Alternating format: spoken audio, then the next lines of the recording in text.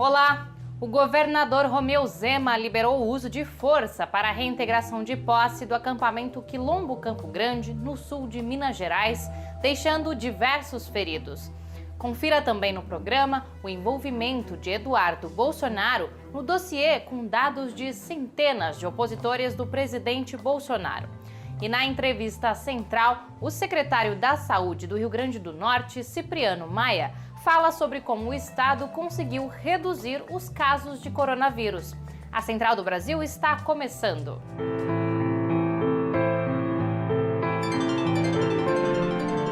Central do Brasil.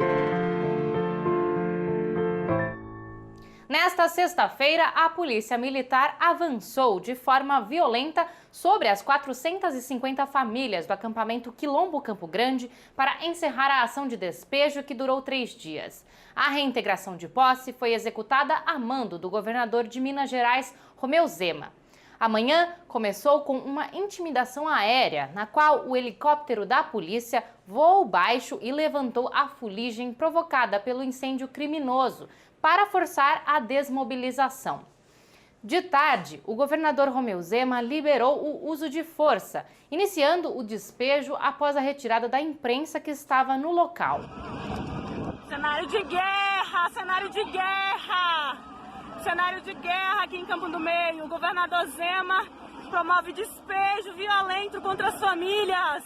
A tropa de choque utilizou de bombas de gás, de efeito moral e tiros de borracha, mesmo com a presença de idosos, crianças e mulheres grávidas. A Polícia Militar impediu o acesso de ambulâncias para atendimento de dezenas de pessoas feridas. A polícia acaba de nos atacar, jogou muita bomba, fogo e nós pedimos ajuda com urgência. O Movimento Sem Terra, por meio da campanha Despejo Zero, denunciou a ação de Romeu Zema à Organização das Nações Unidas, a ONU.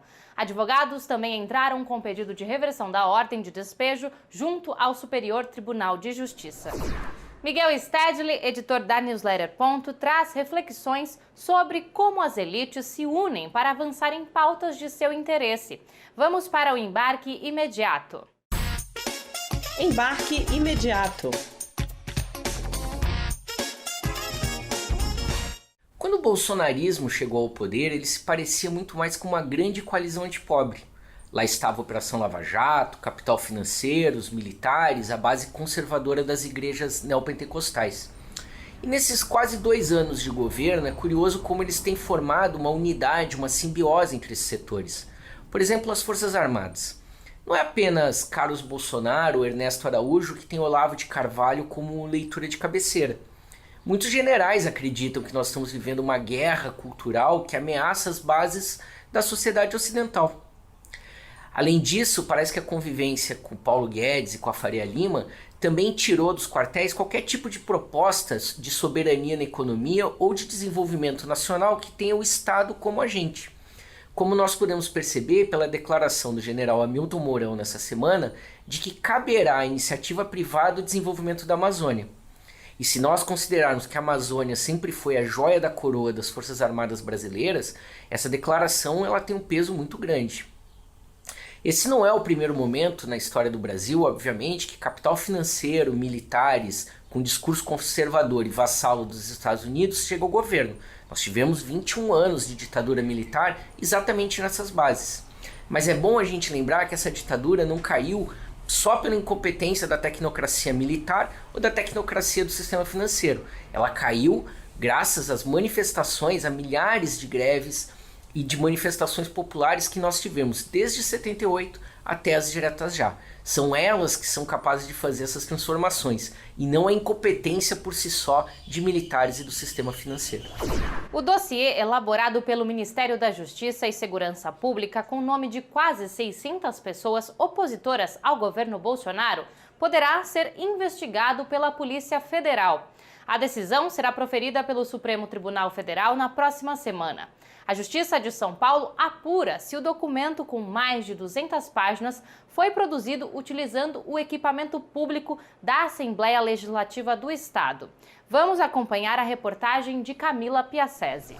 O deputado federal Eduardo Bolsonaro entregou à Embaixada dos Estados Unidos a cópia de um dossiê com militantes antifascistas, segundo a denúncia do deputado estadual Douglas Garcia, no processo que corre na Justiça de São Paulo. Douglas foi acusado em junho de produzir um documento com dados pessoais, número de telefone, endereço e foto de servidores públicos e de 2 professores que participaram de um protesto em favor da democracia e contra o presidente Bolsonaro no dia 31 de maio, na Avenida Paulista. Para o deputado federal Alessandro Molon, do PSB do Rio de Janeiro, o documento é para intimidar os opositores do governo Bolsonaro. Não bastasse tudo que Bolsonaro já disse e fez contra a nossa democracia, agora tomamos conhecimento da montagem de um aparato paralelo no Ministério da Justiça. É mais um ataque inaceitável de Bolsonaro e do seu governo à democracia e à Constituição, que merece o mais duro repúdio das nossas instituições. A elaboração do documento foi feita de forma sigilosa pelo Ministério da Justiça, sendo revelada pela imprensa há 2 semanas. Há informações que o assunto já chegou à Organização das Nações Unidas, a ONU, e pode colocar o Brasil em uma espécie de lista suja, com um governo que promove intimidações. O dossiê lembra os tempos da ditadura militar e é um atentado contra a democracia, ressalta o professor de Ciências Políticas da FGV de São Paulo, Francisco Fonseca. É algo gravíssimo. É tão grave que necessita ser caçada esta chapa Bolsonaro-Mourão, porque este é um instrumento jurídico da democracia, né? Quando um governo atenta contra a própria democracia. Mais um crime de responsabilidade dos mais graves ainda produzido pelo governo Bolsonaro. Apesar da escalada da violência que atinge os movimentos populares, o povo resiste, criando ações solidárias para garantir a sobrevivência da população do campo e da cidade. Afonso Bezerra nos leva para conhecer algumas dessas iniciativas. Trilhos do Brasil. Está em curso a campanha Empate 2020 Povos da Floresta na luta contra a Covid-19. O movimento, organizado por líderes indígenas, quilombolas, ribeirinhos e seringueiros, conta com o apoio de ambientalistas e organizações não governamentais para arrecadar alimentos, álcool em gel e máscaras para doá-los para as comunidades tradicionais ameaçadas pelo vírus.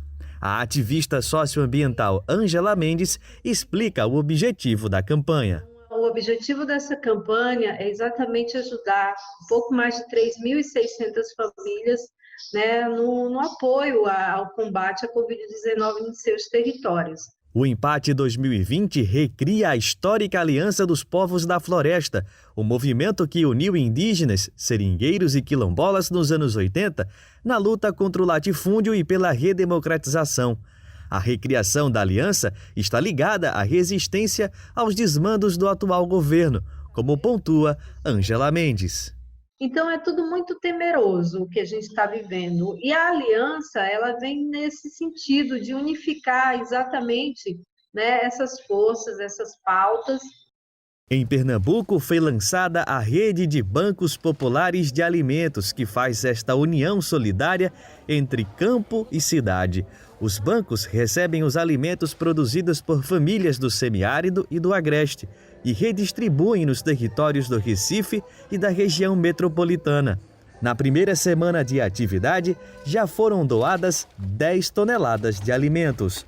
Em São Paulo, a campanha Rede Parada pela Solidariedade tem arrecadado alimentos, kits de higiene pessoal e máscaras de proteção para ajudar as pessoas LGBT+, que estão em situação de vulnerabilidade por causa da pandemia do coronavírus.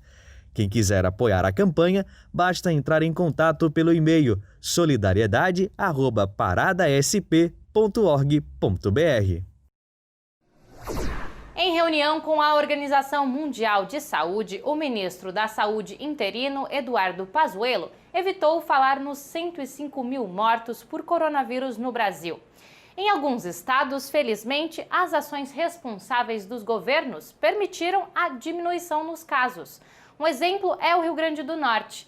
Jonatas Campos conversou com o secretário da Saúde do Estado, Cipriano Maia, sobre o combate ao coronavírus.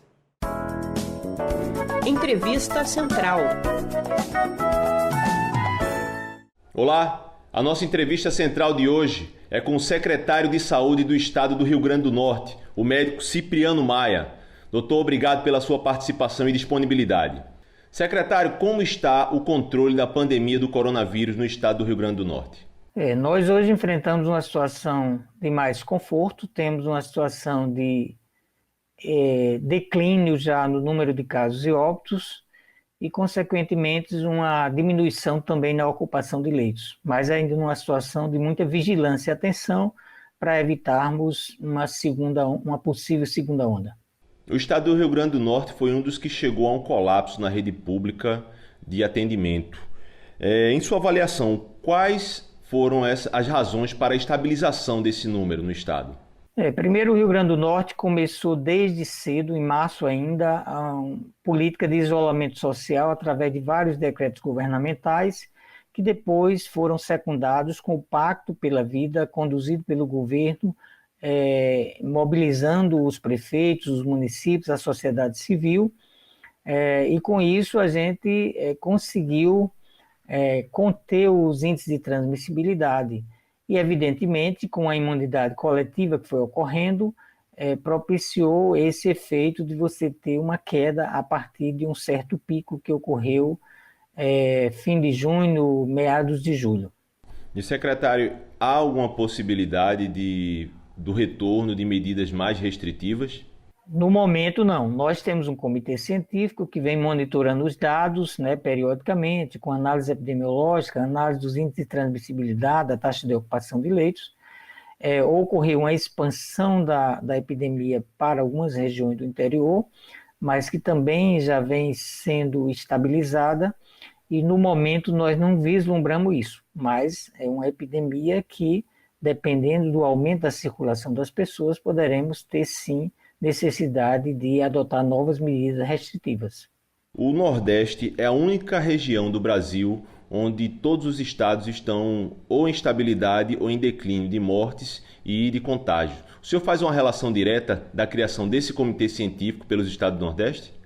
Temos que manter-nos vigilantes quanto à questão do distanciamento, de evitar aglomerações e de usar as medidas de proteção, porque enquanto existir vírus circulando na sociedade, pessoas infectadas, teremos risco de ter surtos, de ter repiques em regiões, em cidades. Então, nossa atitude é de responsabilidade e vigilância. E creio que todos os estados do Nordeste estão irmanados nessa preocupação. E o Consórcio Nordeste tem sido um catalisador dessa unidade em torno dessas medidas. O senhor falou das medidas restritivas tomadas pelos estados do Nordeste e a gente não pode deixar de fazer uma comparação com a postura do presidente Bolsonaro. Como a governadora Fátima Bezerra tem tratado esse tema? Nós todos, os governadores do Nordeste, a governadora Fátima Bezerra, nós secretários de saúde, através do CONAS, temos manifestado nossa, digamos assim, insatisfação, indignação com atitudes que negaram a pandemia, que não tomaram as medidas corretas, que não contribuíram para unificar a ação dos entes federal, estadual e municipal para o enfrentamento da maior crise sanitária que o mundo viveu desde o início do século XX, Então, nossa atitude tem sido realmente de repulsa, de cobrança de mudança de atitudes, que infelizmente não vieram e, de certa forma, contribuíram para o desfecho de mais de 100 mil mortes no Brasil e das dificuldades que os estados e municípios que assumiram realmente o enfrentamento da pandemia enfrentaram nesse processo, porque foram estados e municípios que garantiram os leitos, que adotaram as medidas de vigilância, de distanciamento, de isolamento, com uma descontinuidade na ação e no discurso do âmbito federal, inclusive com 3 mudanças ministeriais, em plena crise, e ainda hoje sem um ministro efetivo, trazendo realmente muitas dificuldades no enfrentamento dessa que foi a nossa maior crise sanitária do século. Eu agradeço a sua audiência essa semana. O QR Code que aparece aí na sua tela te direciona para todos os nossos conteúdos. Você pode encontrar as nossas produções também pelo Instagram, no @Programa Central do Brasil. A gente volta na segunda-feira. Até!